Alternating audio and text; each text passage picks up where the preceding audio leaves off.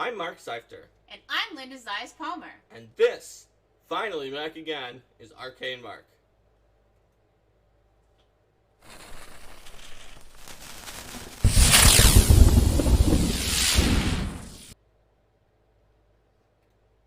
Welcome, everyone, to Design Diaries Ultimate Intrigue. Intrigue. Words cut deep. Alright. So, with Design Diary Ultimate Intrigue, Linda and I are going to talk about what it was like to work on Ultimate Intrigue. For me, this was a book that I was a designer on, so designed a bunch of new content for it, particularly like the Vigilante class, which the whole design team split up during the playtest. And I particularly worked more on the Stalker, but also on some of the core chassis for the Vigilante during the playtest. And Linda wrote a lot of sections of the book for freelance, or at least several very long sections is maybe a better way to describe it. And actually, I freelanced a fair amount of this book too. So there's a lot that we did on Ultimate Intrigue and that we could talk about.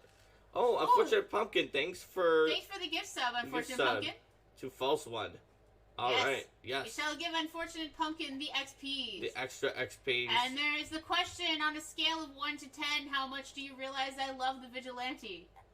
Well, if someone's going to ask that question, then it's going to at least be above 5. I'm going to say... Well, no, they're asking how much do we realize that they love the Vigilante. It's not how much they love the Vigilante. Yes, well... So, I would say that... So the Magical Girl transformation was sort of like Logan and I just thought we wanted to have that kind of an ability, so we asked Amanda to write it. And so, yeah, Amanda wrote a cool Magical Girl, and it has a transformation. And it's really nice. It's definitely one of the more popular archetypes, because it speaks to one of those concepts that a lot of people really want to play. Yep.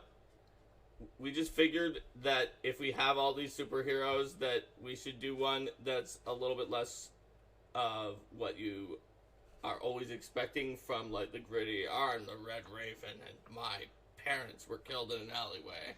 False One, I think I would say 8. That is how much we realize you love the Vigilante class, given that you decided that you wanted to ask Yeah, about it. I'm going to say that the question itself puts it up to an 8 or a 9. But before that, I would put it as a 1. Hi, Ular. Hey, Ular. Oh, yeah, I watched so much Sailor Moon growing up, Sebastian too. watched a lot of Sailor Moon. Linda, wasn't, like, your great-uncle, like, the director for the voice actors in the English Sailor Moon? Yeah. And the voice of Melvin. Yes, and the voice of Melvin.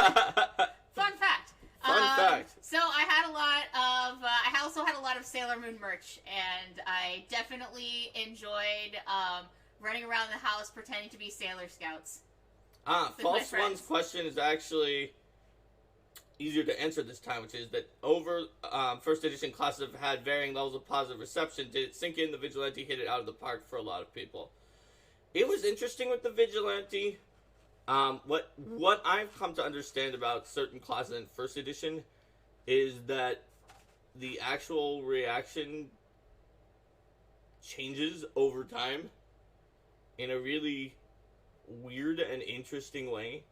And that is something that I definitely found out about the Vigilante. So, for example, during the Ultimate Intrigue playtest was actually extremely brutal towards the Vigilante.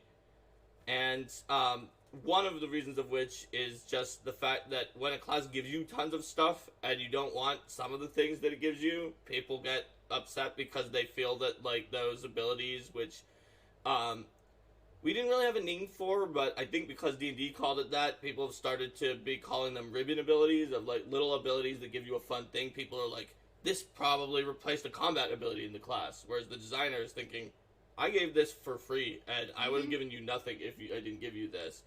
And so, Vigilante had a lot of those. It also just had a lot of fun, great new things that, especially in the final version, that just worked out very well, but weren't, like, I guess, they weren't always blatantly an obvious power thing. So initially, when the final book came out, some people started threads being like, "This class is probably not very good compared to other martial classes." And I remember because two posters are like the only two who just immediately were like, "No, this is very good and it's very effective," without that much time. One of them was Salarn, who is Michael Sayer, but he did not work at Paizo at the time. The other was Dead Man Walking, who you guys may have seen in the forums being pretty insightful during the Pathfinder playtest in general.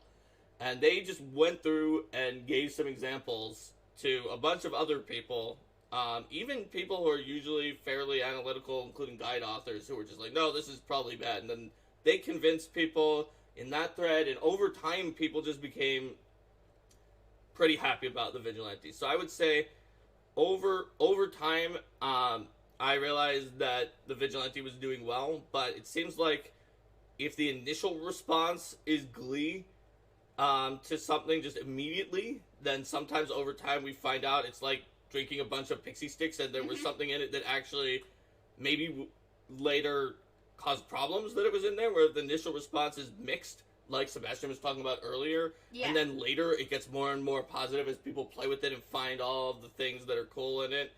Then that's what happened with Vigilante. So how far into the process, and how is it like to come up with that distinction between the two different pools of talents that the Vigilante has? Because a lot of classes, they have one pool that they're drawing from as opposed to the separated thing. So the two different pools of talents was something that you can say that it influenced second edition a lot, but really it all started out when we sort of when I was working on the Kineticist class, and I realized when people just started asking for a more unrestricted extra wild talent feat, and by the way, if you didn't play it in the playtest, it had half as many total talents. You had to choose between whether you wanted more infusions or more utility talents from the same pool, and you got them at the levels that you didn't get a kinetic blast damage die increase. People said we don't have enough. They did analyses. They were right. They didn't have enough. And I said, I don't want to feat tax you into oblivion with having to pick extra wild talent for every feat. But I hear you. You don't have enough. So I just doubled the amount that they had and forced people to pick between the two buckets, because they were saying, I don't have enough, and I feel like by the time I have my infusions that I want, then I don't get enough utility, or I pick all utility, and I don't get any infusions. So that's what we did there. And when it came to the Vigilante, in the playtest, it just had the Vigilante talents, and then it sort of forced you to get certain social abilities. But that was one of the when I said I did a few core chassis things during the playtest, is that based on playtest feedback, I wrote up a proposal I was like, hey, this worked well in the Kineticist, and immediately the other designers were, like, Jason and Steven and Logan were nodding and being like, yeah, let's try this out, which was putting in a second track of talents that you didn't have to get exactly renown. You could get, or certain other things that it had, the social identity giving you a bonus on skill checks. You could pick the ones that you wanted, as long as they didn't have combat abilities that were in there, and things that were sort of directly. So it's a feat siloing type situation. Now, over time, did we make some mistakes, like putting in something that gave you a massive will save bonus into the social talents? Yes. But they're also, for the most part, were very social and let you play the social Vigilante that you wanted to, because they were a separate pool. So that was one of the big innovations, like, sort of from Kineticist, even more deeply into Vigilante, and now skill feats versus class feats and things like that. The idea is just, if everything can be a class feat, if everything can be the big combat-y thing, then no matter how much you help in your side skill, you're going to feel bad because you weren't getting better at archery or your main thing. Yeah. And that was something Vigilante did. It helps characters be more well-rounded. Absolutely. I think of it as parallel to the changes in second edition to the ability score system, to make it so that you don't feel like you're losing out on your primary combat ability by increasing your skills in other areas. Brian says you've leveled up in interviewer, Linda. Well, that's certainly true. I didn't really have interviewing experience before Arcane Mark, so. Oh man, Sebastian's talking about geeking out about Avatar with the kineticist.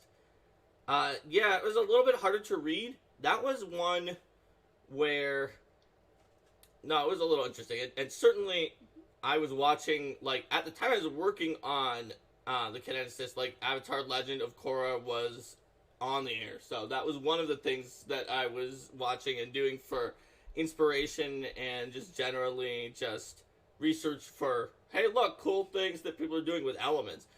I feel like the kineticist class was, the way that it read sort of showed sort of some of my inexperience as a designer at that point in time, because in my early time at Paizo, just basically, if anyone came back to me with feedback about something, I was like, yeah, let's do that. You've been here for longer, especially in presentation.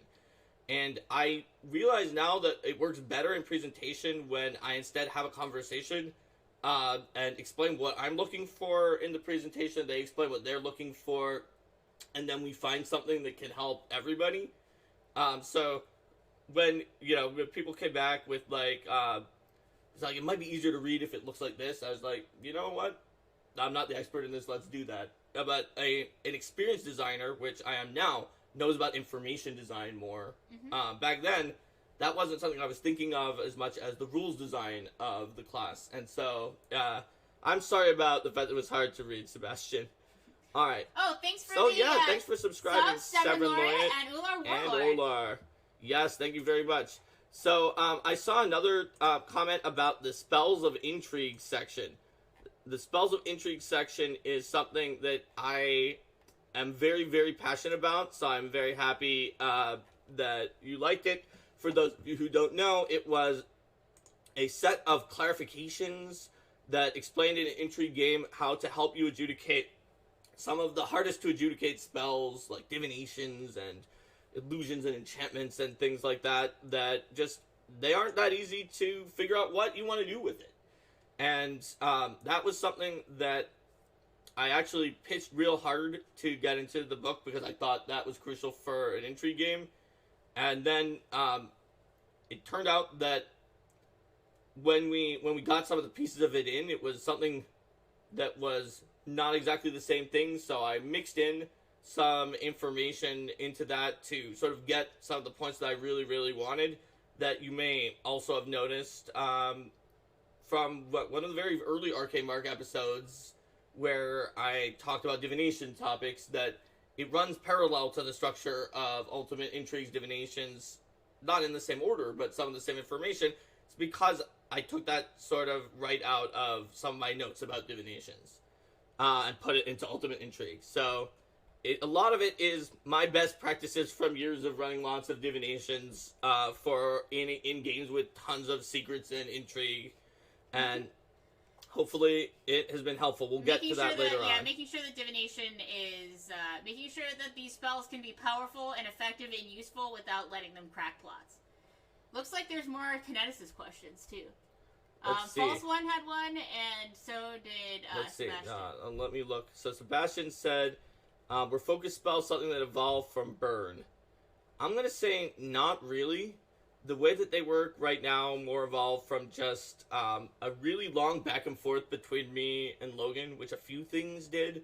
Another notable one that got its very current shape compared to some of the earlier shapes you saw, like in Starfinder character building, was the exact way that the ABCs caused you to get your ability scores was something that was another long back and forth where we each expounded on the philosophical things we wanted to do and what the constraints were, and the constraints sort of pulled us in a direction, and then eventually we wound up with a proposal, and we brought those always to Steven and Jason, who refined them even further. But a lot of the big shape from those two particular things came from that.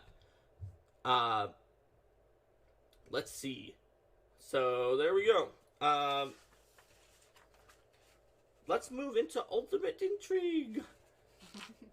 You don't want to completely go down the kineticist rabbit hole? Well, we had an Occult Adventures episode. We did. But not as many people were watching back then, so we didn't have as active and lively of a chat at that point in time. So let's take a look at Ultimate Intrigue. Ultimate Intrigue is the first book title in all of Paizo books that I suggested the title. So I feel very happy about that, because the idea was, hey, we want to do like maybe a skillsy or a wilderness book, or probably skillsy for some of the skills-based classes, because some of those wilderness classes are either skillsy or got some magic from Ultimate Magic. But like, what is it going to be? Ultimate skill check. Oh yeah, ultimate skill was listed as a no. So, not ultimate skill. And I said, well, what about ultimate intrigue with a dual focus on those classes, but also some of the social and intrigue related things that are harder to run with the books that we currently have out. Because the one thing, and I know I wasn't the only one at Paizo, because it's something that, especially moving forward, and even when we're moving to the new edition, one of the feedbacks that like John Compton always gave is make sure there's stuff for robust social interactions that are sort of available and ready. Because in first edition, it sure was a game where you can, like, we built it. You can do anything between killing orcs and going to a ball with nobles, but the rules give you like an entire combat play chapter that has like 50 pages plus feats and spells for killing orcs, and very little support for the noble part. You can run it, and it's got the skills you need, it's got the backdrop you need, but it doesn't have a skeleton that helps you. And so that was sort of like, let's put that in with Ultimate Intrigue. Oh, we have a lot of books to title suggestions here. Yes, we have Ultimate Take 20. Ultimate Sneaky Stab, Ultimate Scry and Fry, Ultimate Stab and Grab, Ultimate Social, Ultimate Box Social, and Ultimate Party Boy with an I. Alright, so we went with Ultimate Intrigue, and I'm happy we did. Ultimate Intrigue is a book, just like a lot of the other ones we've been talking about, like Occult Adventures, that I really, really like. And I think that it offers a lot to the game, and even it offers, despite being a book relatively in the second half of the life cycle, some functionality and help for new GMs in what aren't the most basic level plots, but are plots that people are starting to want to tell, especially with big, epic, noble intrigue stories in fantasy like Game of Thrones becoming popular, Song of Ice and Fire, and other things like that. One edge for suggesting Ultimate Intrigue. So, ultimately, it was just a name brainstorm, and it goes... Ultimately? Yes, ultimately. It goes down to everyone else that far above my pay grade who liked that name and wanted to do the Ultimate Intrigue. And but Exile says it really just had to help set up for War for the Crown. It sure did. Having that kind of foundational support in those systems. And running War for the Crown made me realize that a lot of the subsystems in Ultimate Intrigue are either system neutral or very easy to convert, which is nice. So, let's go back to the Vigilante, because that is the first thing in the book, and it is the thing that we've talked about a little bit. So, we've got the Vigilante. Hi, it's Red Raven. Oh no, it's actually Eric of Halvon. We know his secret identity. Alright, so, like we said before, it's sort of a seesaw class where you pick up the more combat-focused Vigilante talents at I want to say even levels, yes. Mm-hmm. And first level, you get both. Yes. And then at odd levels, you pick up the more, like, social and background-related social talents that help you out with all sorts of different places that are not combat. Or a few help you for combat. Whoops, sorry, gang. So, the Vigilantes also have a specialization, which decides sort of, like, what kind of weird superhero are you? Are you the Masked Avenger who just beats people up and is similar to a Vigilante fighter? Are you the Masked Rogue who sneaks around and comes out of the shadows and is similar to a Vigilante? You're similar to a Rogue, but you would then be the Masked Stalker. Yes. Are you... in the playtest we had two others, but we realized quickly that it was bloating out the class because you guys said it was. So we instead focused on just having those two and giving more and more options for them, and then turning the rest into archetypes. Didn't you initially have more of a magic...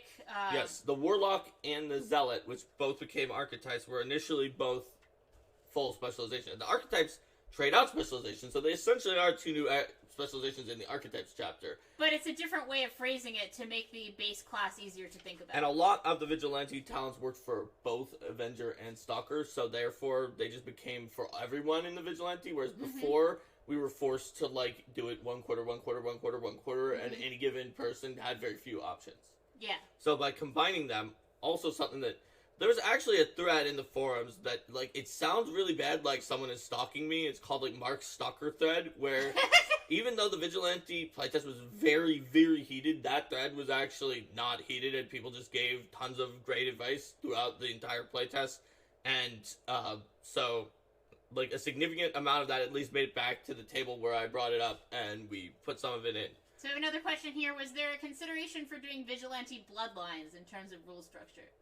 Vigilante bloodlines in terms of rule structure. So, like, more like a sorcerer bloodline? Or, so the Vigilantes look more like a sorcerer bloodline? Or that a sorcerer bloodline called the Vigilante bloodline, where it's like, you were born from, Batman and Wonder Woman, and therefore you have the power of Vigilantes. Like, you pick a specialization like in a bloodline. Oh, okay. You pick a specialization like a bloodline. Well, that's sort of what you get with the Vigilante. It already kind of is like a bloodline in that regard. It just is more varied. So it's more mechanically like an Oracle mystery. Oh, you mean in terms of a longer list? Well, that is where we started with 4, but people in the playtest said, buckle down, put more that everybody can take. And ultimately, that made the class more flexible than having a longer list, but just a certain number of them from that list that you can take. Like the Oracle, for example, every Oracle in Pathfinder 1st Edition, completely different, has exactly 10 revelations that you can take. It takes up tons of space, though, and then there's not a lot of overlap. Yo Junger's just talking about Vigilantes in a Pathfinder Society party, because of the dual persona issue. That can definitely be an issue. I played one in, was it School of Spirits? Yeah, you did. Is that right? Did I play a Vigilante named Lady Liberty? Yes. Who was just like the most Andran-focused person of all times? Yeah, considering we're like, and they all tend to stay in the Vigilante identity a lot of the time. I mean, you can decide really whether your Vigilante is someone who... You know, your fellow players know that they have the 2 identities, and then the PCs don't necessarily, or whether there's someone who decides, okay, it's okay if the select group of Pathfinders knows my 2 identities, but no one else. I tried to do it where the players knew, but the characters did not know. So, like, Lady Liberty had, like, this obnoxious, stuck-up noble as, I mean, not even necessarily obnoxious, good at diplomacy, but very, very arrogant noble as her social identity. So we were playing an adventure where you are helping this young woman who wants to do freedom and freedom and freedom stuff, but whose mother is a very proper noble. So I came in my social identity to talk to the mother, and oh yes, we'll figure this out, and whatever. And then later that noble left, and then Lady Liberty, like the brazenly... ridiculously Andran Liberty's Edge freedom person just sort of came in, and it was funny because the adventure had 2 sections that played well to the 2 identities of the Vigilante. Joe, you're absolutely right that in a fixed party it's a little easier, but I just made sure everyone in the group knew, yeah, these are the 2 identities of my Vigilante, but I'm going to make up silly excuses. Like, because my noble had, like, a servant who was like, my lady, you have pressing engagement. There's a gala at the other side of town. And she's like, oh, a gala? Well, I guess I'm going to ditch this Pathfinder mission. Hope you can find someone else for this, Drang. Suddenly, the other PC And then suddenly, the other PC appeared. And then I assume that Drendel Drang knows that they're the same, or whatever. You know, yeah, or Drendel Drang probably knows that they're the same. Not that he's going to say that he knows they're the same, but... Drendel Drang, I always figure, is the case of the trope of, like, crouching, incompetent, hidden badass. Yeah, so, totally. I think he would appreciate that. Ultimate Ion Blade Drang. Yes, Ultimate Ion Blade Drang. So, yeah, the Vigilante, really, it got a lot of love because it had all 4 designers working on it, and with some of the changes... Oh, Lion Blade, that makes more sense. Oh, Ultimate Lion Blade. That okay, makes, but you also, Joe, you also invented the Starfinder version at the same time. Yes. Because the Starfinder version, you just had to remove 1 letter, and it's Ultimate Ion Blade thing. I was thinking, like, is this a Starfinder reference? Because that sounds really cool, though. I thought it was a reference to, like, the 30 people who wanted Drang in his head in a jar. Yeah. And he would, like, that jar's on a robot body with ion blades. That's what I pictured. There you go. And false one says Vigilante is amazing for a 20-level career or a 2-level dip. It's fun. We also did not include, as Jason joked about in all of our like pre-panels at PaizoCon and Gen Con, like we had like special little pre-panels of like sign this NDA because you're going to see a new thing that nobody knows about yet. And he joked about the Dead Parents class feature. And we never found a way to give it the Dead Parents class feature. Well, the problem is that so many PCs would have Dead Parents as a class feature. It would probably end up being a really popular background. I mean, how many characters do you see at your tables who have parents that who are alive and from whom they are not estranged? That's true. Or who ever talk about their families at all. Brian says Ion Blades are ultimate arcane failure. Yes. All right. So false one says full basic type buttons and juicy will save boost Avenger dip. And if you have high charisma, the all-consuming Paladin dip. Yes, the Paladin dip. All right. So what else do we have in Ultimate Intrigue? Well, moving through, we have a whole lot of archetypes. So the archetype section was definitely a fun one. As I told you guys in Occult Adventures, that we sort of split up the archetypes for the most part. And then I worked on a lot of the other class archetypes because we each had classes. In Ultimate Intrigue, I wound up at least doing a pass, some kind of a pass on almost all of them. And there is really a lot to like in here. From some of the Alchemist archetypes that really went daring, and I couldn't believe that the Freelancer wanted to remove all of alchemy for the Metamorph. I put back some of it in with the Mutagen because that seemed to be on theme. Yeah.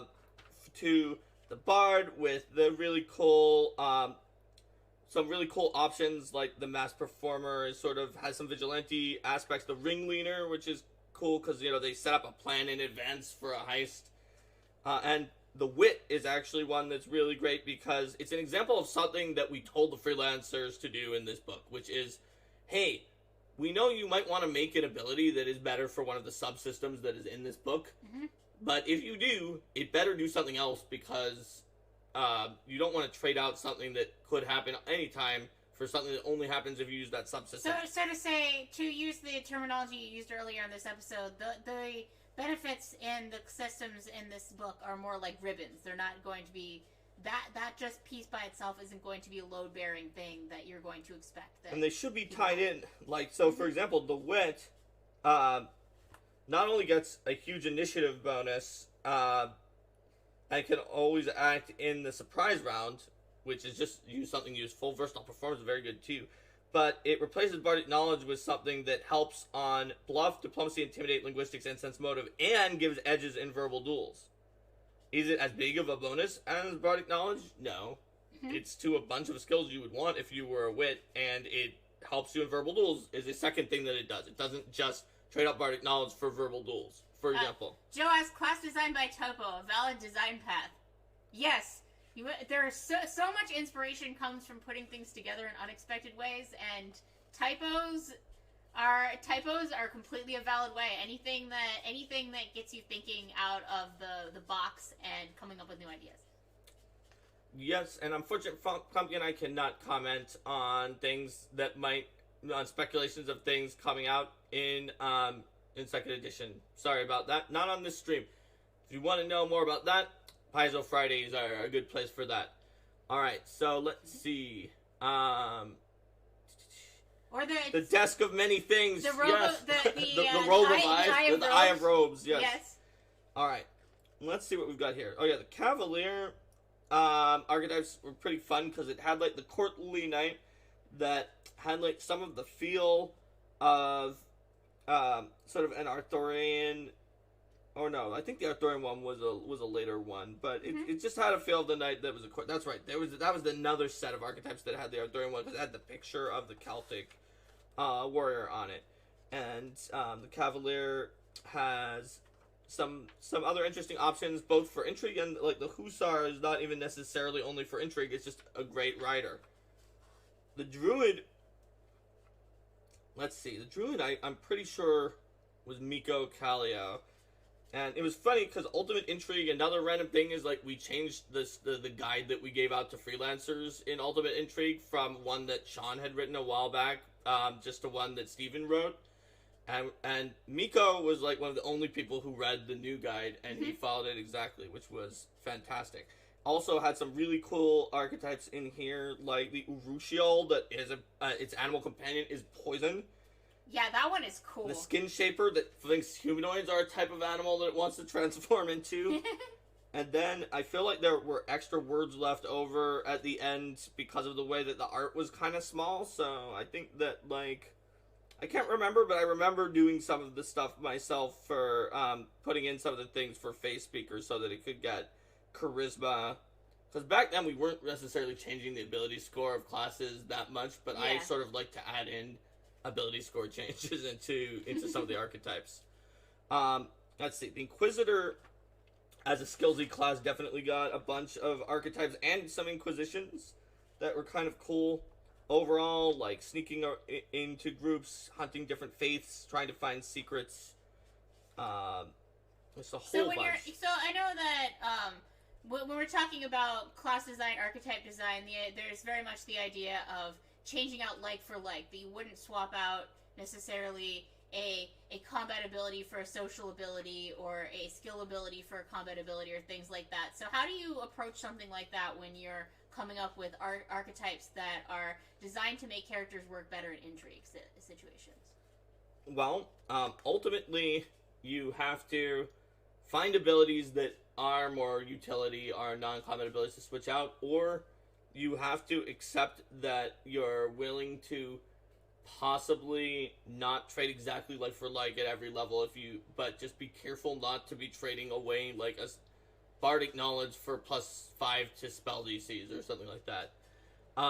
Stunt Monkey's talking about First Mother's Fang, which is not in here. That is an interesting one because of the fact that I was helping Mark Moreland out on that section, and so it turns out, just based on which books we worked on and when Alex was doing things, that is maybe, and I may be wrong, but maybe the only archetype in Pathfinder 1st edition that was written by Alex Agudas and that I did a design pass on. And so I think the way that we worked together on that archetype with just a very cool initial first concept, and then I added in the snake because I was like, you have to ride a snake if you're a snake who worships a snake and works for a snake, and certain other things, and I think it turned out really well. And then I think John Compton noticed that there was a weird dip issue and was able to find a good change for that, and so a whole bunch of people made that what it was, but that was an Alex Agudas archetype. Let's see. Wasn't there a thing where the magical child was going to be like a kineticist, but it was too similar to Warlock? So considering Warlock, it's true that there was, like Logan in my notes, for what we were thinking of magical child to Amanda were like kind of scattershot, and we're like, it's kind of like the anime. Here's some things they sometimes did. So Amanda started out going for that, but then was like, oh yeah, that's similar to the Warlock. And we also said, maybe, what about the aspect of the talking animal mascot? And so she did some really, really cool stuff with that. Let's see. The Lion Blade has some inspiration from the Vigilante. Yeah, it does. It has some, for sure, and that's in Lost Omens World Guide. Alright, so let's keep going. The Investigator class. Obviously a major intrigue class. And that has some very like unusual uses of it. Like the Cipher that changes out some of its inspiration into being like, you don't notice me, I'm out of your attention. It's a very unusual investigator, which is kind of cool. The Conspirator, that's all about just being part of a conspiracy. Forensic Physician, who's sort of found its way into the APG playtest as one of the investigator methodologies straight off the book now. So even though this was in Ultimate Intrigue, it really feels more like a fundamental part of the hallucinist is on drugs all the time, and that's how they investigate. And then Major Domo, which sort of is like, I am the best person at this estate. I don't have alchemy. This is an example of one that while it does hand out teamwork feats, which can be a combat thing, that is one that, because of the way it traded things out, probably players might be less likely to want, but Martella, a major NPC from War for the Crown, absolutely wanted Major Domo because Major Domo can help your estate, and it was sort of intentionally meant as a foil for the Mesmerist Vizier, because it can figure out what the Vizier is scheming to do. A lot of Intrigue, one of the themes of Intrigue is measures and countermeasures. Like, there's a thing you can do, but there's a way against it, and it's sort of like this, this sort of secret Cold War, like a War for the Crown, that is not a hot war where you're fighting directly, but people are just piling these different measures on top of each other. So we had a thing for this book, especially in the spells, that's like, if you're going to create something, make sure it's not what I've called in previous episodes of this show, a cane toad, or an ability that nothing can stop in the game. Or Detect Demon.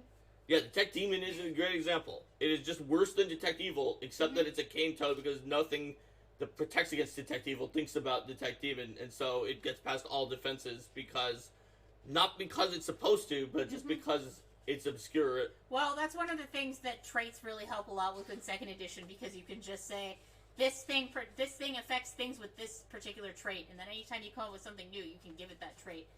It allows for huge amounts of backwards compatibility and forwards compatibility between options. That's right. Speaking of Mesmerist, and Viscage mentioning Mesmerist Enigma, being similar to Cypher. Oh yeah, definitely the other half of Cypher's coin. The Mesmerist is next, and so it's got the Enigma, which totally does use a solipsism ability to fade out instead of its usual stare. Eyebiter, which just sends out its eyeball, which is pretty cool. These, I think, were Jason Nelson archetypes. The Thought Eater just kind of assumes people's identities. The Vizier, which is great because it's the insidious power behind the throne. Yeah. That, like, pretends that some other character is casting all of the spells, and its allies are weaker against its will-based effects. The Vox that use their voice instead of a stare. And then, I skipped it, but the Fey Trickster is another one where, I think this is an Enigma, probably, that's on page 37, and the Vizier are pretty narrow, and they're not eating up a lot of words, which gave us a ton of extra space. So I added the Fey Trickster archetype from scratch into here, because I was like, this is really weird. What if we were casting completely different spells and being a Fey Trickster? So you had a fair amount of adding Fey intrigue into this book. Well, we already had a theme for it in the spells, but the archetypes didn't have it as much. The Ranger had one that went against Guild, one that ran Codes, Sentinel, but the one that was the most popular in the Ranger section, and I wasn't sure if it would be popular or not, but is the Dandy. But I mean, that art though, the half-orc Dandy, the art on page 40. The half-orc Dandy is an amazing piece of art, first of all. Second of all, here's the thing. It had one of the only, keep calling it ribbon abilities, one of the only ribbon abilities that people really liked. Well, and it was funny that it changed into charisma-based bard spells, and it had a lot of even trades, but it replaced Woodland Stride with Party Crasher, where you can finagle your way into fancy parties, king's balls, and other social events meant for the cream of society with a diplomacy check. If successful, you find an invitation, an invitee looking for a date, a staff member willing to look the other way, or some other way to enter the party. This does not allow the dandy to break into restricted areas or infiltrate strictly closed gatherings such as secret meetings. Only social events. So it's like, you are in the party.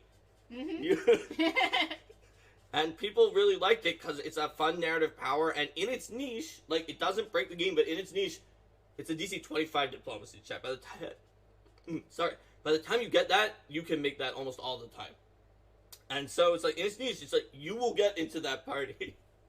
Sorry, it's off topic. Jim Brent wanted to hop on while we're live and thank Linda for doing a great job on Sandstone Secret. Over Labor Day, was able to run a group of teens and their parent through it at a convention. They had a blast, spending over 2 hours role-playing and searching every nook and cranny. I'm glad you enjoyed it. I had a lot of fun working on that and helping to figure out what a repeatable quest would mean in 2nd edition. I mean, that one for sure was one where I knew it was going to be the first quest experience, so I wanted it to be iconic and fit in with tropes in a way that people would be able to easily relate to, even if they weren't familiar with Galarian. But on the other hand, I also wanted to make sure it wasn't completely just the tropes. So that's right. That was pretty fun. The rogue archetypes is another one where people were narrow and we got more rules, which was really cool. We just sort of expect the art to take a lot of space, and these two did not. Well, so, I think that there's a good reason for that, though, because a lot of art pieces are more likely to show someone with giant wings. My gosh, giant shield or whatever. Whereas in Intrigue, the art pieces are more likely to show. They're a little subtle. They're a little more subtle, exactly, like the content itself. So the question is, which archetype did Mark add to the rogue section because of the fact that we had additional space? And considering Warlock answered it before I asked it, that's there correct. You go. That's correct, Kitsune Warlock. The Phantom Thief was the one I added because we had additional space. But we got some really cool ones like the Consigliere for the mob, Thief Guild, Heist, Thief, Master of Disguise, the Sharper, and the Snoop, who's kind of like a kind of sleazy private investigator that's more of a rogue because they just do whatever it takes. But the Phantom Thief is the one that I added in later. Just sort of the gentleman thief idea, but that's sort of very, very gendered, and the Phantom Thief is sort of like the more Eastern name for that idea. It's just like, oh yes, I'm going to throw my calling card and let you know I'm coming, and this is just lots of fun. All right, there we go. So the Scald is the one that had the battle scion, which was that one was sort of based on some Arthurian legends. I think the Scald had a lot that were based on very early works, but it wasn't necessarily completely saying it. Like Battle Scion didn't say it's King Arthur, but it has courtly presence, questing songs, and it did have the ability Once in Future Scion, which hopefully will help you figure it out. I mean, I feel like that's. I'm almost surprised that an ability with that name actually made it through. Well, what you don't understand is that rules are allowed to do that. You're just not allowed to name a place in Galarian the Once in Future King's Bounty or something like that. Fair enough. I'm more used to the anti-Easter egg / reference protections that we have in Adventures. But that's because of the fact that then you're adding that Easter egg as a thing in the world, whereas here it's cluing people in. So you want to have Easter eggs and abilities. Speaking of which, Bold Schemer, the next archetype, is also tied to something. Does anyone know what the illusion is in Bold Schemer's abilities?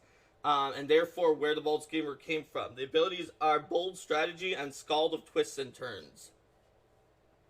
I'll leave that up to you guys for a moment. And we also talk about the Instigator, which creates riots in the street. There's a question about rogues. For rogue archetypes, was there much looking to make sneak attack work well solo, given the whole soul-sneaking infiltrator concept in Intrigue stories? Well, I mean, sneak attack can work solo if you are good at getting invisible or unseen, or otherwise fainting. So, there wasn't necessarily that because it is a party-based game. And so there are more options to get it overall, but we didn't really focus on what if your character is away from everyone else, just because it's not a typical situation. And if we built you an archetype, that would make you want to do it more, which is not necessarily something that we want to deeply encourage a character where, and then the other people come in and they're like, what? I built my entire character around being alone. Yeah. You don't want to set up a large encouragement for people to say, this is best if I split the party. Alright, yes, that's true. So, we have run out of time on the illusions, so instead I will say that Odysseus is known as the man of twists and turns in the Odyssey. So, the Bold Schemer is kind of like Odysseus. And that is why has abilities of cunning strategies to overcome enemy fortifications, and helps the allies get into things. So it is an Odyssey skull. There's just a lot of fun things. And the Warlord bosses around Mooks.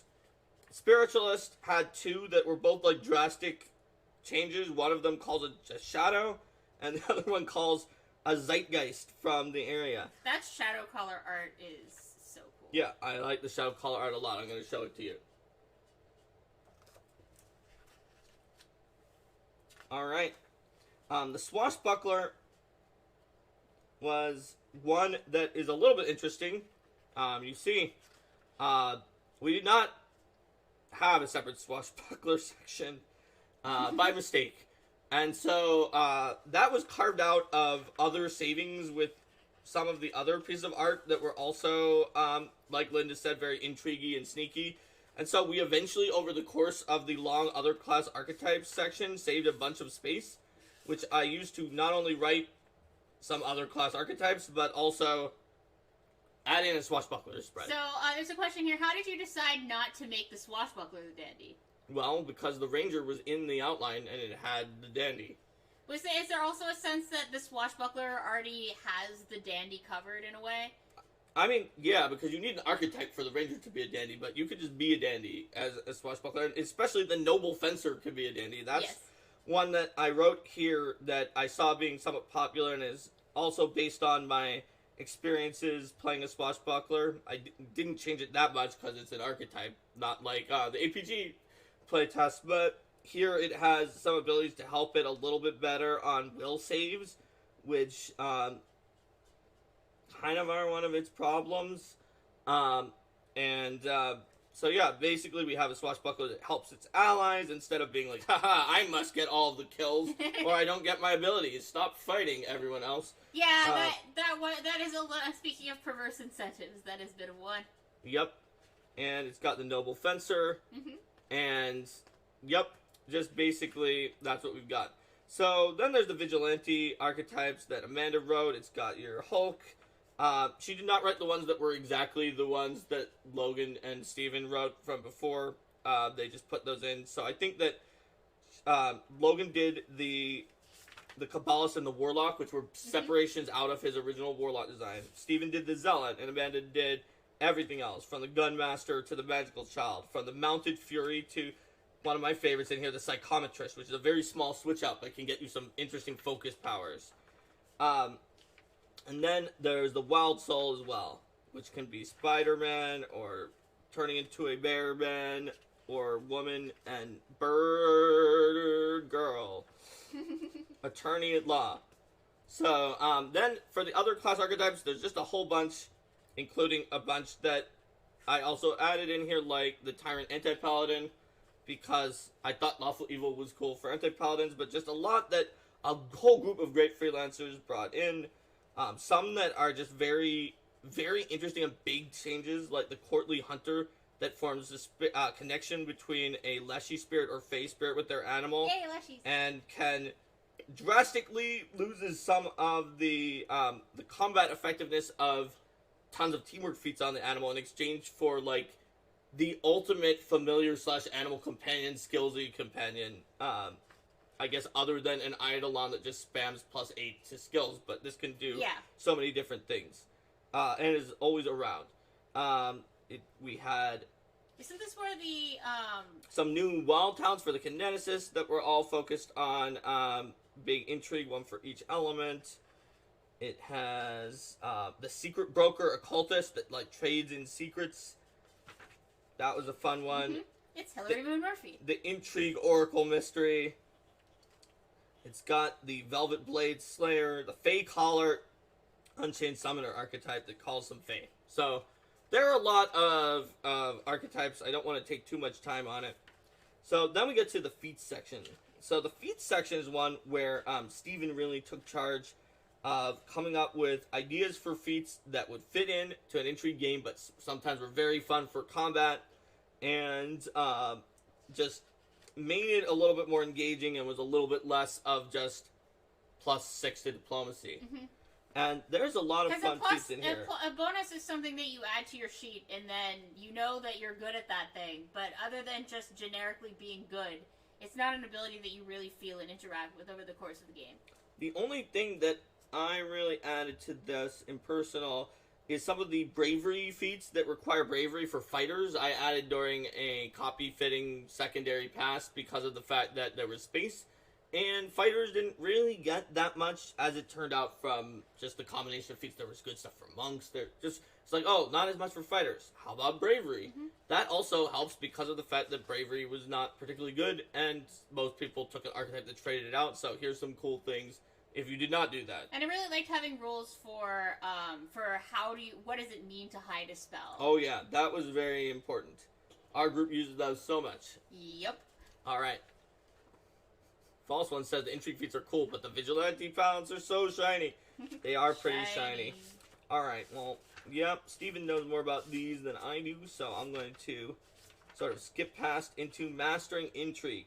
So Mastering Intrigue is one where we get into, we're going to get into Linda pretty soon. Mm-hmm. So the first section on Mastering Intrigue, which talks about the elements and the themes of Intrigue, is a direct corollary to Mastering Occult from the Occult Adventures book. And I just liked the way that, just like originally Brandon, and then I worked with Linda and myself, just randomly asked Linda because of her teaching experience of like, how do you condense a genre down into 4 pages? Yes. And, we sort of restructured it slightly, but went with what Brandon was doing, which originally, just in a different order, which was, here are the pieces that you might use. Here are, like, these important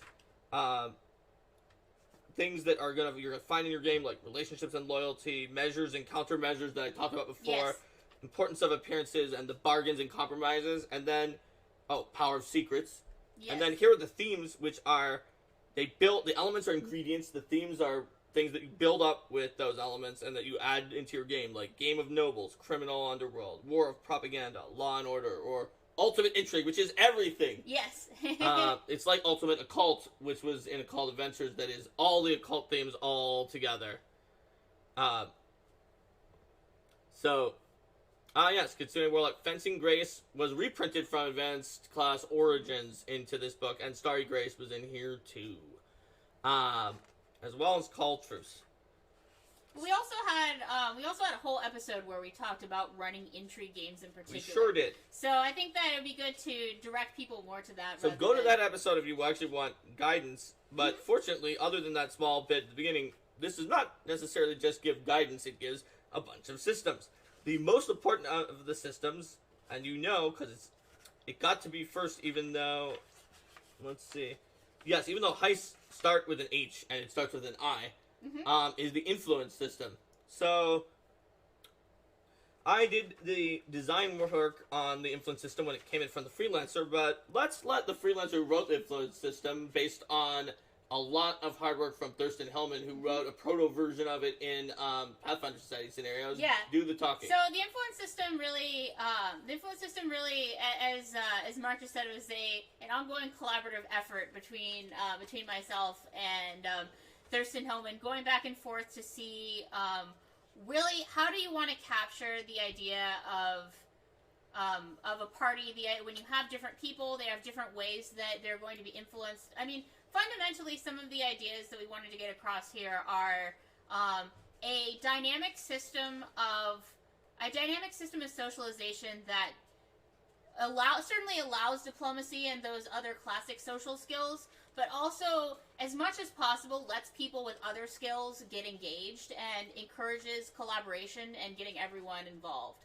So there's certainly the aspect both of influencing people with your various skills and also of figuring out what's going on and learning what the strengths and weaknesses of various NPCs are, what tactics are going to work well against them, and how can you really put your foot in your mouth against them. So the influence system is one that definitely works well if people are actively role-playing out what they're doing. But even as long as players can say, I'm going to try to convince her to allow us to have greater influence. I'm going to try to convince her that it would be in her best interest to make a bargain with us by subtly referring to our knowledge about the Thieves Guild in her city that is not under control, and the fact that we may possibly reveal that. I mean, and you calling that the low end, but the low end is just like, I'll go talk to the general about military battles.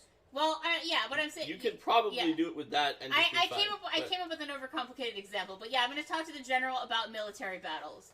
And then the idea with the strengths and the weaknesses is, that you have these ways to not just mechanically have the characters' personalities and preferences affect things, but also really a goal of an influence stat block is to define an NPC and to let a GM know what are the sorts of features that are going to be useful for role-playing them and for deciding how they would interact. Makes sense. It is interesting to, and this was something that it definitely needed its own chart of DCs compared to certain other charts of DCs in the game. Influence DCs tend to be a lot higher in the base because there's a sense that you can bring them down with various things that you do. And it is also a system that by its very nature is collaborative.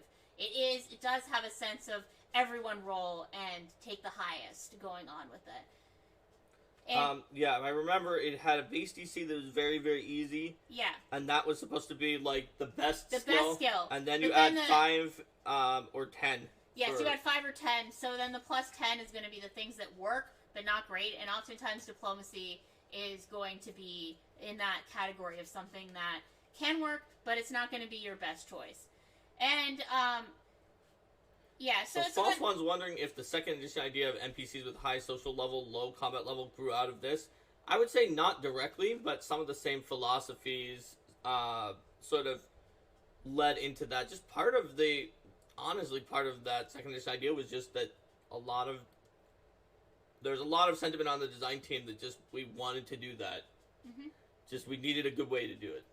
And I think too in this section, in addition to one of the things that I really looked into adding was more guidance for GMs when it's not as straightforward as all of the PCs are working together from a single angle in order to try to influence things toward a particular direction where they're all clearly on the same team.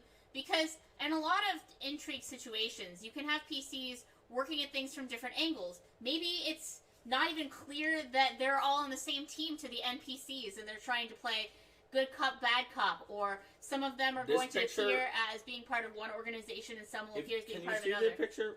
It's Imrishka and Rivani are talking to the NPC while Damiel is poisoning them, pretending to be a waiter. So that's something that I really wanted to get into is the idea of approaching things from multiple directions. And also, what does influence get you? What are the sorts of benefits of it? And that was, what are the sorts of benefits of it? And also, what happens when there are other agents at the same time who are working against you and trying to counteract you? Because in a lot of cases, it's not just going to be the PCs in a vacuum trying to gain influence from a noble, trying to shape things. There's going to be counter forces that are working on at the same time. Absolutely. So how do you manage those counter forces at the table? That's another thing that I really wanted to get into with that. So there's the sense of the individual influence system, and then there's also the organizational influence system. I know we've had a lot of systems over time in Pathfinder that are about hey, what does it mean to try to gain favor with an organization? But here I really wanted to codify it and give it more ranks of influence that really reflect the roles the ways that PCs interact with NPCs in the world. And one of the things that I was really happy to be able to have in here is a category that's basically they will take serious personal risks to go after you to represent the trajectory that PCs often have with their major villains, where the major villains at first don't really take notice of them, and then eventually they really go after them. And also to represent both the positive, the gaining more favor with an organization, to represent the negative of gaining infamy with an organization where they really dislike you, and also to represent the way that gaining favor with one organization could influence how you're seen with other organizations. All right, yeah, tons of great stuff in the influence section that can apply to your game in almost any RPG, whether it's, well, I guess it has to be at least somewhat rulesy. Certainly you can use it in 2nd edition, and as we've mentioned before in the stream with Liz and me on Paizo Franny, you'll see some stuff like that. Those kind of subsystems can be found in the Game Mastery Guide. So the next one is heists.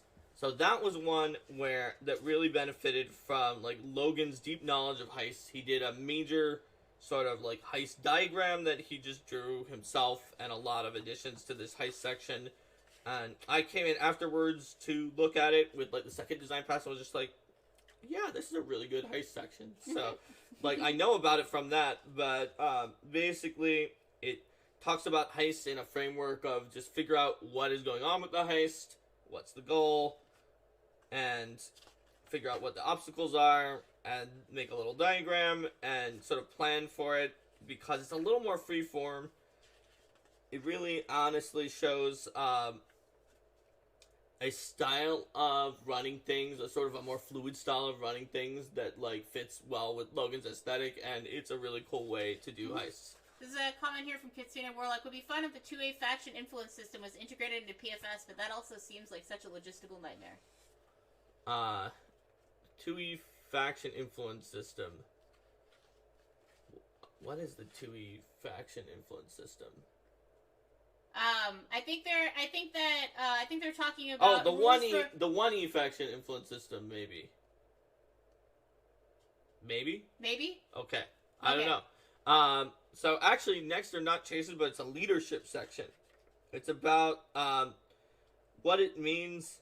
Oh, they were spitballing some kind of faction influence system based off this in 2nd edition that could be connected to the way that we do things in Pathfinder Society. Well, certainly, as Linda said, she didn't quite lament it, but we did have 4 different influence and reputation systems in 1st edition, including the one in Pathfinder Society. It was very close to the one in Faction Guide. It would be good to have more. It would be good to have more unity and consolidation in the way that we approach things. And now that we have all these different inspirations to draw off of, that's certainly something to aspire toward. So, leadership is a relatively short section that sort of tries to explain what's going on with the leadership feat, some suggestions of how to run it, and then some variant leaderships in case you want leaderships that are maybe not as ridiculous, and a giant monster cohort chart. An entire page to tell the GM about at what level might it be fair to start to include. And the vile leadership, where you're so nasty, because honestly, if you look at the original leadership, it's like being fair and generous and kind gives you more people. But with the vile leadership, being cruel and horrible is how you get more people. I mean, that's similar to what I wound up doing with the system in the back of War for the Crown, where mostly you are praised for your virtues, but there's one of the virtues which is about like generosity and self-sacrifice, and it's like if you're doing this in an evil campaign, this is about ruthlessness and how much cruelty and how much people fear you. Yes. So Nemesis is basically a very simple system that's similar to what Linda was talking about, people not liking you, and it involves just building up this recurring nemesis and just sort of giving you ideas for what kind of things they might do once they know more about the PCs. It talks about it in a way that has like point numbers that a score that you can keep track of, but you can also just use it in general as advice for running a nemesis. But now we get to Pursuit. That's the one you were thinking of that was like chases. So we don't have direct chases. That's in the Game Mastery Guide for Pathfinder 1st Edition. But Pursuit is a long-term sort of situation where you are going through deserts and plains and just all the way across the map, try to find that, either follow down the criminals or find that hidden temple before the evil enemy archaeologists. And that's sort of races versus a direct pursuit. Or maybe you're running away because you're Robin Hood and the Sheriff of Nottingham is on your tail. So it has little terrain tiles, and you can do certain special things to try to go faster through the terrains to get advantages. And those advantages are called advantages. Advantages? You can also take different exploration tactics, such as fast track, obscure trail, and recovery, that sort of help you out. This is really useful too, because definitely Pursuit is one of those things where prior to the system it would be a lot more on the GM to just say, I guess I'm going to put in some skill checks. Yep. For this longer term thing, but that really gives a solid structural framework. So research is a system that I believe was written first in Mommy's Mask and then in the Book of the Damned or something like that. The book itself had a research subsystem or something very similar to that. And then we codified it in Ultimate Intrigue. There are libraries. They sort of have what is essentially, in fact, library hit points, although they're called knowledge points. And you deal library damage to them with your smarts and as you beat them like a piñata, information falls out of them. Roll for library damage. It's less violent than it sounds. Alright. Spells of Intrigue. Now, this is one that got a call out very early in the show. Very near and dear to my heart. Oh, hold on. We need to pause to acknowledge what False One just said here. That's what they call hitting the books. Good one, False One. So Spells of Intrigue is all about how do you adjudicate these spells? What are the lines of this spell that you kind of always glossed over, but they're actually very important? Like, absolutely, until, like, most of these I already knew, but until doing the research for this, I think, like, I hadn't seen the one about, ley lines and volcanoes and other, like, powerful energy sources, even if they're just natural energy, like a volcano, screwing up teleport. And it was like, that's why they're always in volcano layers. Yeah. So it's nice to see it all consolidated here with the advice for how to handle these spells. So you're not necessarily changing the rules of the spells fundamentally, but you're giving guidance for how to use them and how to work with their limitations in order to make for a more interesting game.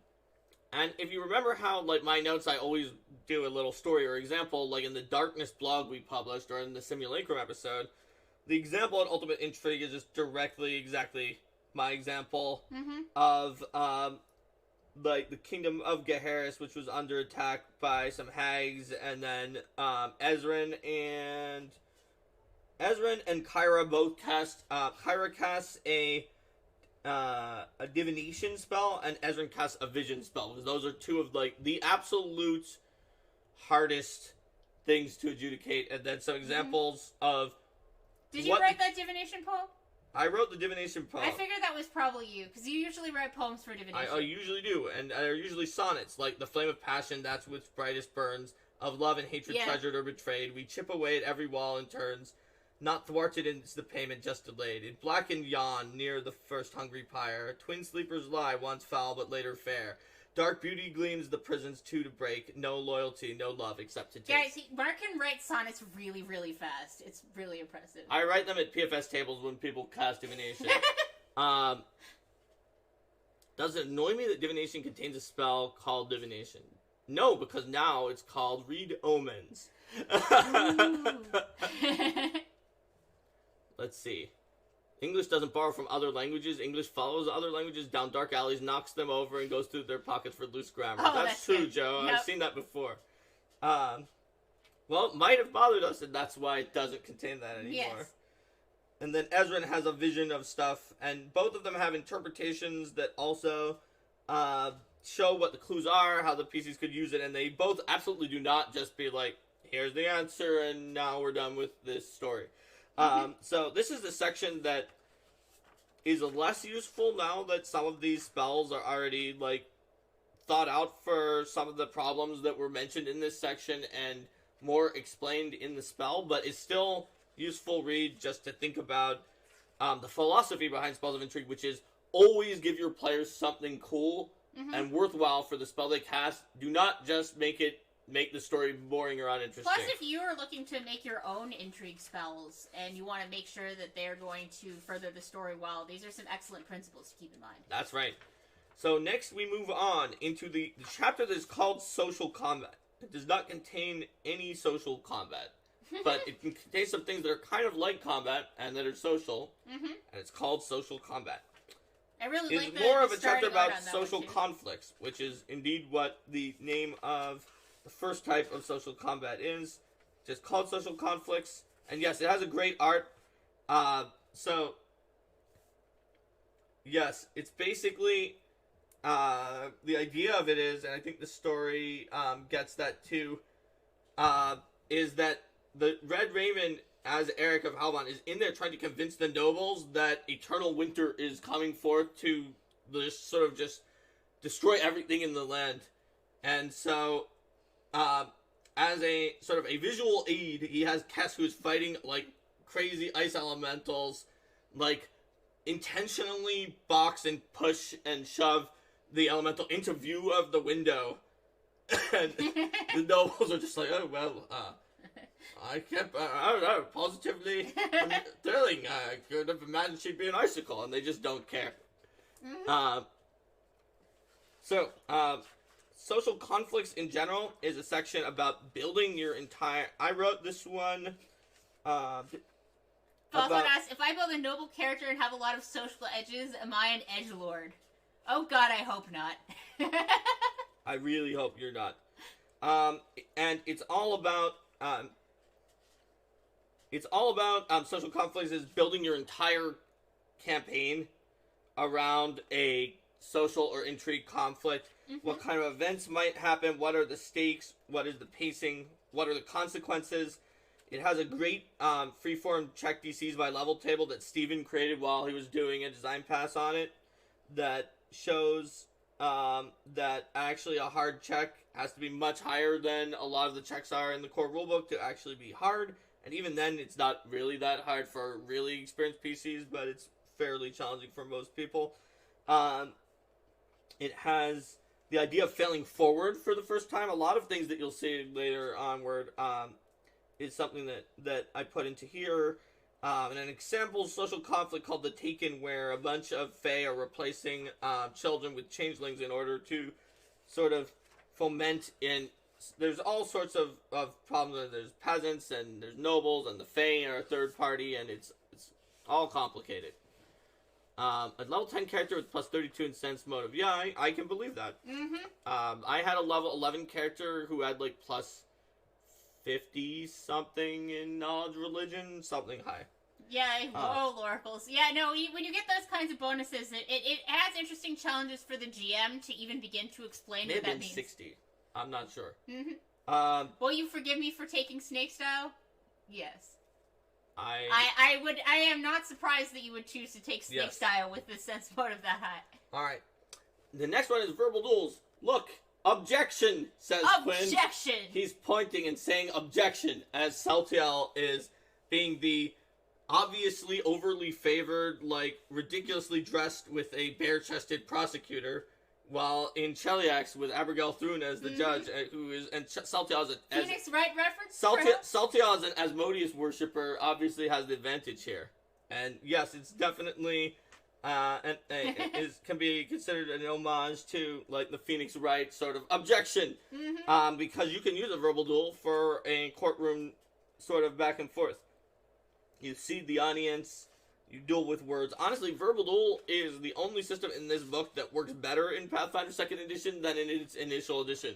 The others work, well, Linda, you said influence works a little better. It's about the same, a little better. Yeah, because sense motive is under perception, which means that everybody has it, so there's even more options. Verbal duels works way better, because if you didn't... So, the problem is, it takes a long time to convert your skills into... Even though they're simple, into the modifiers you use for a verbal duel tactic. The problem is that any kind of a verbal duel is unplayable in Pathfinder 1st Edition without a rule like the one that is here, where it just turns all of your like plus 50 excess bonuses into edges. Because otherwise, it's not only unplayable, but the whole thing where you want a group duel to use multiple characters, and you want them to use different tactics. But it doesn't matter, because if you have plus 50 higher than the other person, you just do that every time, dealing 1 determination damage to them. If you haven't gotten into verbal duels, a system where you go back and forth, zinging to higher and higher numbers, using tactics that are situationally better against other tactics. You having different characters chime in because the person who keeps winning gets some disadvantages for repetition. Different tactics get disadvantages for repetition. And you have to just argue back and forth, possibly with an audience that you're persuading.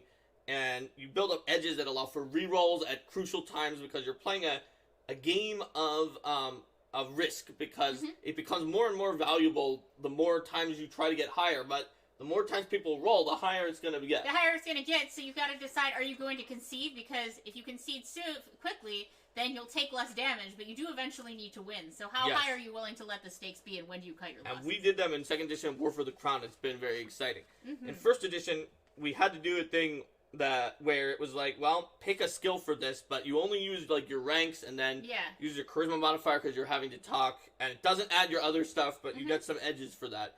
Because if you added your other stuff, it would be unplayable. But in 2nd edition, you could just use your skill modifier, and that's just what we did. Because there's a reasonable, like, the amount that you can get from your actual skill modifier in 2nd edition is not, like, vary by 40 or 50 from what the other person in your party has. Exactly. And that meant that even Linda's fighter, who eventually was the best person to go. And I say that because there's, because it just directly uses your skill, there were some wisdom ones that the cleric was really, really good at. Yeah. Linda's fighter is actually pretty okay at certain social skills. But the problem was the bard's charisma and training was so high. The wizard was so high in the int-based skills. The cleric was so high in the wisdom-based skills. And the rogue just has so many skills. Yeah, but even then... To get to the point where the fighter was the best one took a little doing, but it happened multiple times during the duels. Alright, so then we have the skills in conflict section. Wow, did I write this entire chapter? I did. I wrote this entire chapter.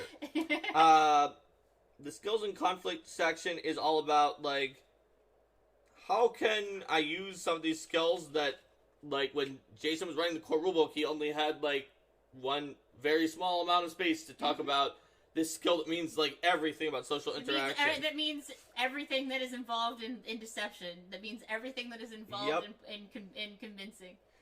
And, like, there was definitely a lot of people who thought that certain use of skills, like in diplomacy and bluff, were broken because they were like, well, bluff just makes this person automatically believe anything when you have enough bonus. It's like, no, they think you're telling the truth, but that doesn't mean they think you're right.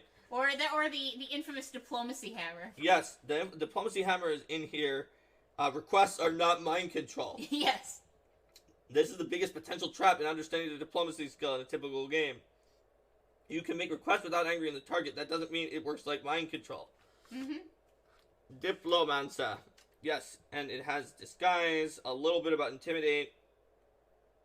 That tried to help us get around the fact that you can't technically actually, like, talk to a vampire about, like, if you go outside, the sunlight will burn you. It's like, I can't be intimidated by you, I'm going outside. Yes. I think that was, like, Michael Sayer's biggest pet peeve with all 1st edition was that vampires, a very emotional creature. They don't have emotions. They have no emotions, and you can't, like, play to a vampire's thirst for blood, or its passions, or its fears, or anything like that. No, you can't. Perception and stealth, sense motive, and then an idea for replacing opposed roles, because of the fact that with opposed roles, you sure do automatically pretty much lose if you go up against 50 orcs, and we talked about this.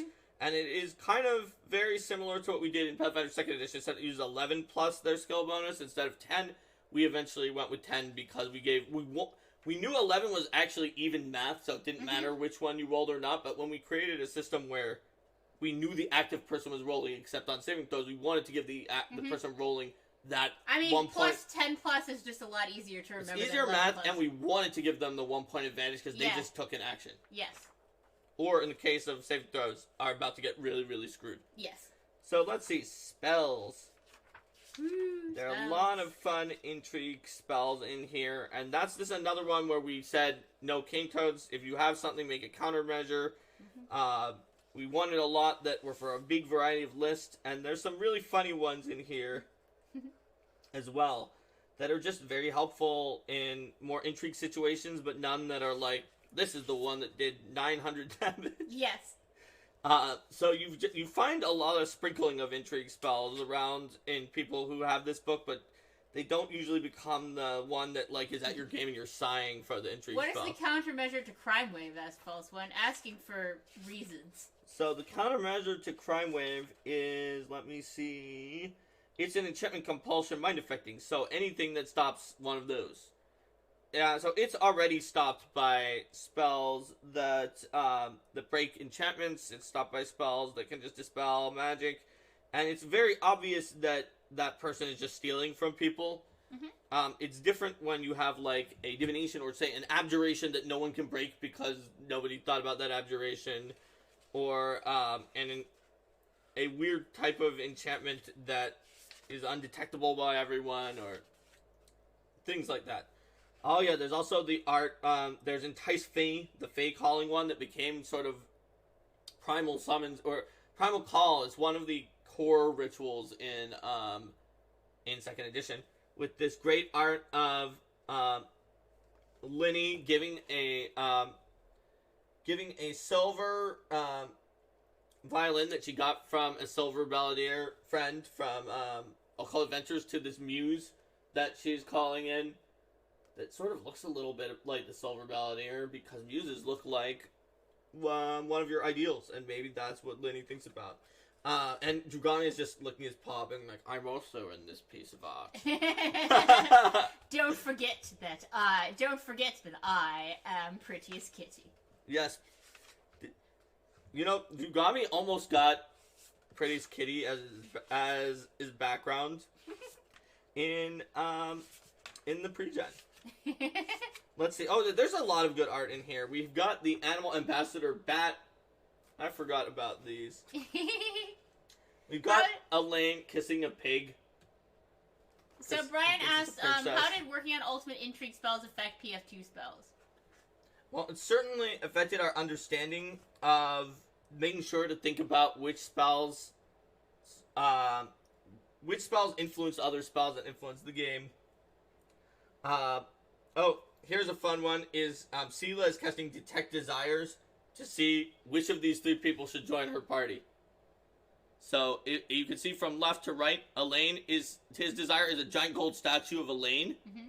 And Jarell's desire is to destroy the ghost ship of her mother, which she had already burned. And Valoros's desire is ale. I love that piece of art. Alright. Let's see what else is around here. No worlds to destroy, just clean my paws. At this point in the game's life, do you feel spells of intrigue has been addressed in the design space? I feel like we have some, but there's always room for more spells of intrigue. For sure. Cat also says, casting Detect Desires on Elaine seems like overkill. You could just listen to him talk for a full minute. Yep. Truth. Also, let me see. Is this even on the page? I think this is the one that... Yeah, this is the one that wound up not quite on the page with its spell, but the Matchmaker spell that is, like, to cause creatures to become romantically interested in each other, so they both have to fail their saves. So, what 2 characters have terrible will saves and can cause some problems if Melagaster's like, hee in the corner? Guess who have bad will saves? Yep. It's Valoros and Mauricio. They have both of them have better will saves in 2nd edition because their classes got good I feel will. like Melagaster got stabbed after that. Maybe by a scimitar. I know I'm supposed to forgive you, but... Kyra's like, what's going on? Honey? And Melagaster's like, I like drama. Oh, Melagaster. Evil Iconics. It's definitely an evil iconic thing to do. Yep. Oh, yeah, there's another one that's a little dark, so it's hard to see what's happening in this picture. It's hard to see it even if you have Ultimate Intrigue, to be perfectly honest with you, but I will try to show it. Okay, now I will describe it. It is a spell that is called, also not quite on its page, Red's Hand of the Killer, which causes the hand of the killer to become stained indelibly red. So what happens here is Zadim and Erasmus and Quinn all have this murder investigation of this Taldan noble, who is very anti-Kadira, and they're working together, and Erasmus is like, well, everyone, stand back. I will make the killer's hand turn red. And Zadim is like, I will stand back, guys. And he hides his hand. He is the killer. He is the one who killed the noble in the first place, and he doesn't want his fellow party members to know. Yes. And it is totally his hand has turned red. Yeah. Oh, yeah. That's right. I think I ordered all of these pieces, so maybe that's why I'm inordinately fond of them. All of the half-pagers. Yeah. So then the next one is Treacherous Teleport, and it's got the if you guys remember the Hollow Mountain crew, all the evil, sort of the more evil iconics, and so Saltiel has teleported all of his other comrades into a jail cell while he is outside and like, All right, I'm gonna let the pictures give some of the highlights of the spells for now. There's also gear and items. That was one that Logan really worked on the most, so I'm not as familiar with exactly what's in here. I've certainly seen them at some point in time. Mm-hmm. I know it had, didn't have an invisible weapon where, nobody could see the weapon, even though they could see you. Yeah, it's got that. It's got some... The invisible knife in the dark. Yep. It's got some fun, different, a lot of different items for social situations, some vigilante, mundane items, the deck of doors that each of the decks turns into a door, looking at some of the pictures, pipe of the revealing mists, the quick change mask, a great consumable for vigilantes to change their identity real fast. Super useful. The time bomb, which explodes as a fireball when it runs out of time. And there we have it. So, Ultimate Intrigue, everybody. It's a fun book. While we're talking about deception, I want to ask the most awful question I can, says False One. Alright, depending on how awful this is, we may or may not answer it. That's right. We may not even be able to say it on the stream.